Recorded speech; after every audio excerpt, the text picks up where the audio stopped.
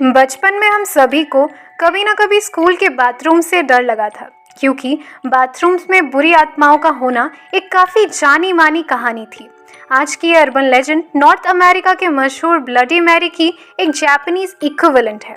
मैं बात कर रही हूँ हानाको सैन या तोयरिनो हानाको सैन की, जिसे हानाको ऑफ द टॉयलेट भी कहा जाता है।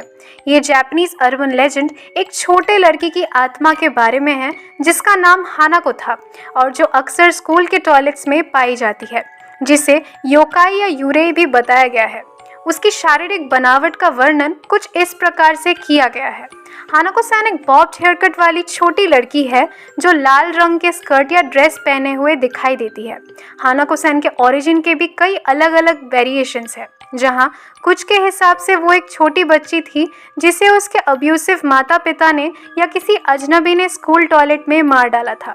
वहीं दूसरी तरफ कई वेरिएशंस में बुलिंग की वजह से उसने अपनी जान ले ली थी।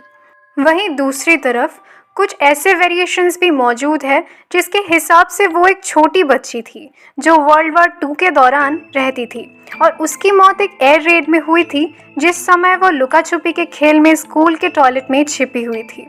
उसके मौत के राज कई सारे हैं, मगर उसे बुलाने का तरीका सिर्फ एक ही है।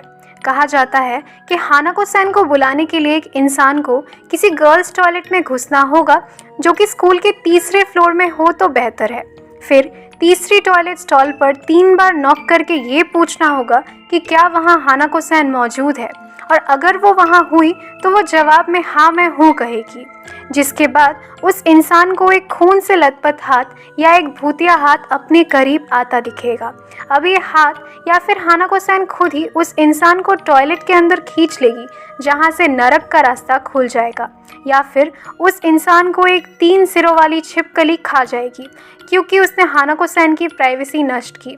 ये हर एक अर्बन लेजेंड की एंडिंग इतनी बचकानी क्यों होती है, ये मुझे भी नहीं पता। एनीवे, जापान में इसे काफ़ी लोकप्रियता मिली थी और ब्लडी मैरी की तरह छोटे बच्चे इससे भी काफ़ी प्रभावित हुए थे, जहां स्टूडेंट्स एक दूसरे को हानाको सैन को बुलाने की चुनौती देने लगे। ये कितना सच है और कितना झूठ, वो तो मुझे भी नहीं पता, मगर इससे बचने का तरीका ज़रूर पता है, जो कि ये है कि इसे कभी बुलाओ ही मत, ना ही मजाक में और ना ही जिज्ञासा के चलते। जल्द ही मिलते हैं अगली वीडियो पर, तब तक के लिए लेट्स कीप दिस एनोनिमस।